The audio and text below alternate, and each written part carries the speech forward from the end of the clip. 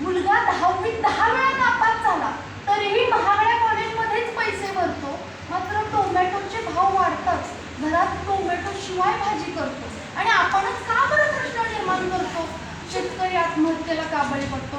रामकृष्ण हरी. माझं नाव कुमारी Mahadwar Anushka Ganesh Bhandwat, Shriram institute of information टेक्नॉलॉजीची विद्यार्थी आपणासमोर विषय मांडते. खरंच महागाई वाढते प्रश्नचिन्ह, मग शेतकरी आत्महत्या का करतो? खरं तर हा विषयच प्रश्नार्थक आहे. या विषयाचा अभ्यास करत असताना माझ्याही मनामध्ये अनेक प्रश्न निर्माण झाले. पहिला प्रश्न असा की खरंच महागाईशी शेतकऱ्याचा संबंध आहे का? हा प्रश्न मी काही लोकांना विचारला.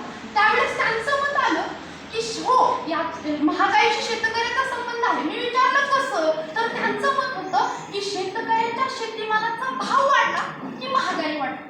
पण माझ्या मते शेतीमालाचा भाव वाढला त्याला महागाई म्हणणं संयुक्तिक ठरणार नाही. कारण एखाद्या पॉश एरियामध्ये कांदा, टोमॅटो, भेंडी 20 ते 30 रुपये वाढीव दराने मिळत असेल, मग त्याला महागाई म्हणायचं का? आणि जरी इथं मान्य केलं की भाजीपालाचा भाव वाढला की महागाई वाढते, मग उद्या शेतकऱ्याने आपला शेतीमाल 1 ते 2 रुपयाने विकला तर देशाची महागाई कमी होईल का? याचा कुठेतरी आपण विचार करणं अत्यंत गरजेचं आहे. जरी शेतकऱ्याने आपला शेतीमाल विकला, तो शेतीमाल व्यापाऱ्यापर्यंत जाईपर्यंत त्याची किंमत 1 ते 2 रुपये असते. पण व्यापाऱ्यापासून तो शेतीमाल बाजारपेठांपर्यंत जाईपर्यंत त्याची किंमत मात्र 20 ते 30 रुपये झालेली असते. तर या महागाई वाढीला शेतकरी जबाबदार आहे का? परत माझ्या मनामध्ये प्रश्न निर्माण झाला की हे व्यापारी का बरं भाव वाढ करत असतील?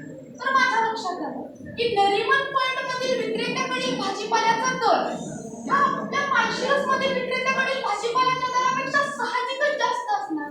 कारण अशा सधन भागामध्ये त्या व्यापाऱ्याला देखील आपल्या भाजीपाल्याच्या जागेसाठी, मांडणीसाठी, स्वच्छतेसाठी अनेक पैसे मोजावे लागलेले असतात. मग तो व्यापारी ग्राहकांकडून त्या भाजीपाल्याचा भाव वाढवून आपला नफा मिळवून घेत असतो. मग याचा फायदा शेतकऱ्याला होतो का? यावर आपण कुठेतरी विचार केला पाहिजे.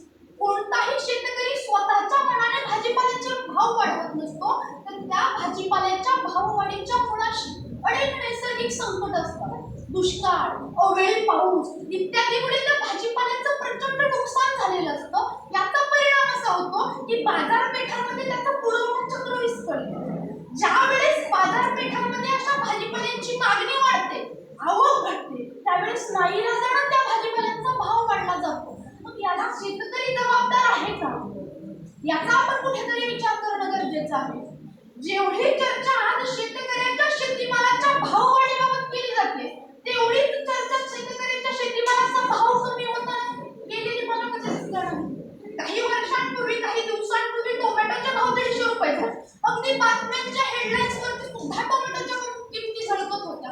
कांद्याच्या बाबतीतही तसंच आहे. किरकोळ बाजारामध्ये 10 ते 20 रुपयाला ज्यावेळेस कांदा विकला जात होता, त्यावेळेस शेतकऱ्याच्या पदरात मात्र 1 ते 2 रुपये पडत होते.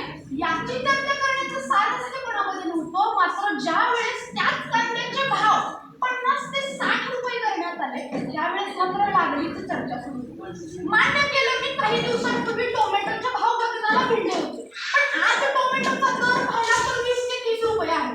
मग याचा शेतकऱ्याला फायदा होईल का, हे आपल्या लक्षात येत नाही. याचाही कोणी विचार करत नाही. पेट्रोलच्या किमती काही वर्षांपूर्वी 50 रुपये होत्या. आज पेट्रोलचे दर आपल्या सर्वांना माहितीच. पेट्रोल, डिझेल, सोनं इत्यादींच्या वाढत्या किमतीमुळे शेती आवश्यक असणारी खतं, रसायनं, बियाणं, मनुष्यबळ, पिकांची देखभाल, पिकांची वाहतूक इत्यादीसाठी अजून खर्च होत असतो. मग शेतकऱ्याला अगोदरच झालेल्या खर्चामध्ये या सगळ्या खर्चांची भर पडत असते. आणि बहुतेक शेतकरी हे ज्यावेळेस आपल्या शेतामध्ये माल विकवत असतात बाजारात, त्यावेळेस त्या मालाची किंमत वाढत असते. आणि ज्यावेळेस शेतकऱ्यांचा माल काढलेला येतो, त्यावेळेस बाजारातील त्याचा भाव मात्र दिसेनासा होतो. हे जर चित्र असं चालू राहिलं तर शेतकरी कर्जबाजारी का होणार नाही? याचा मी विचार केला. त्यानंतर माझ्या लक्षात आलं की बहुतेक शेतकरी ना आपल्या शेतीसाठी बँकांकडून कर्ज घेतात. आणि जर ते शेतकरी आपल्या बँकांचं कर्ज फेडू शकले नाही, तर बहुतांश बँका त्यांना डिफॉल्ट घोषित करतात. याचा तोटा असा होतो की इतर कोणत्याही बँका त्यानंतर त्या शेतकऱ्याला कर्ज द्यायला तयार होतात. मग नाईलाजाने त्या शेतकऱ्याला अडला हरी गाढवाचे पाय धरी या उक्तीप्रमाणे आपल्या खाजगी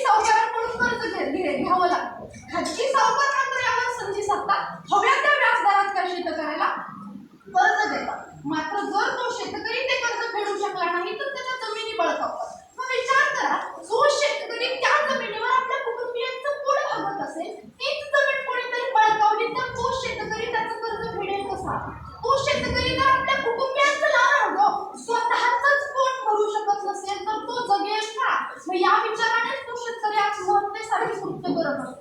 याचा आपण कधी विचार करत नाही. खरं इथं आपण विचार करणं गरजेचं आहे की खरंच महागाईचा आपल्या शेतकऱ्याला काय फायदा. ही झाली नाण्याची एक बाजू. दुसऱ्या बाजूचा विचार करत असताना माझ्या वाचनामध्ये आलं की 1 एप्रिल 2015 ते 31 मार्च 2019 या वर्षांमध्ये आपल्या सरकारने शेतकऱ्यांचं 2 लाखांपर्यंतचं पीक कर्ज वजा केलं. मग माझ्या मनामध्ये परत प्रश्न निर्माण झाला, जर सरकार शेतकऱ्यांचं पीक कर्ज माफ करत असेल तर तरीही शेतकरी आत्महत्या का करतो.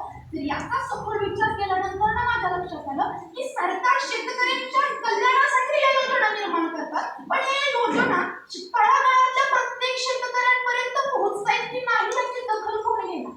आणि जरी या योजना शेतकऱ्यांपर्यंत पोहोचल्या तरी त्यामध्ये एका ठराविक रकमेचं कर्ज माफ केलं जात होतं. कारण सरसकट कर्ज माफी करायला सगळेच जण गौरीचे संपत्ती बरे आणू शकत नाही. पण शेतकऱ्याने आपल्या मुलीच्या लग्नासाठी, मुलाच्या उच्च शिक्षणासाठी, आईवडिलांच्या दवाखान्यासाठी 2 लाख रुपयांचं कर्ज घेतलेलं असतं. तर तो शेतकरी ते कर्ज फेडणार कसं. अशा अनेक विचारांमध्ये तो गुरफटलेला असतो. विष प्यायला नको कारण विषाचा खर्च झेपणार नाही. रस्सीने फास घ्यायला नको कारण रस्सीचा खर्च झेपणार नाही. म्हणून स्वतःच्या गळ्यातल्या उदाहरणाने तो शेतकरी झाडाला लटकून आत्महत्या करतो. हे आपण लक्षात घेणं पाहिजे. आणि शेतकरी आपल्या देशाचा, कृषीप्रधान देशाचा पाया आहे. तो जपणं आपली जबाबदारी आहे. रामकृष्ण.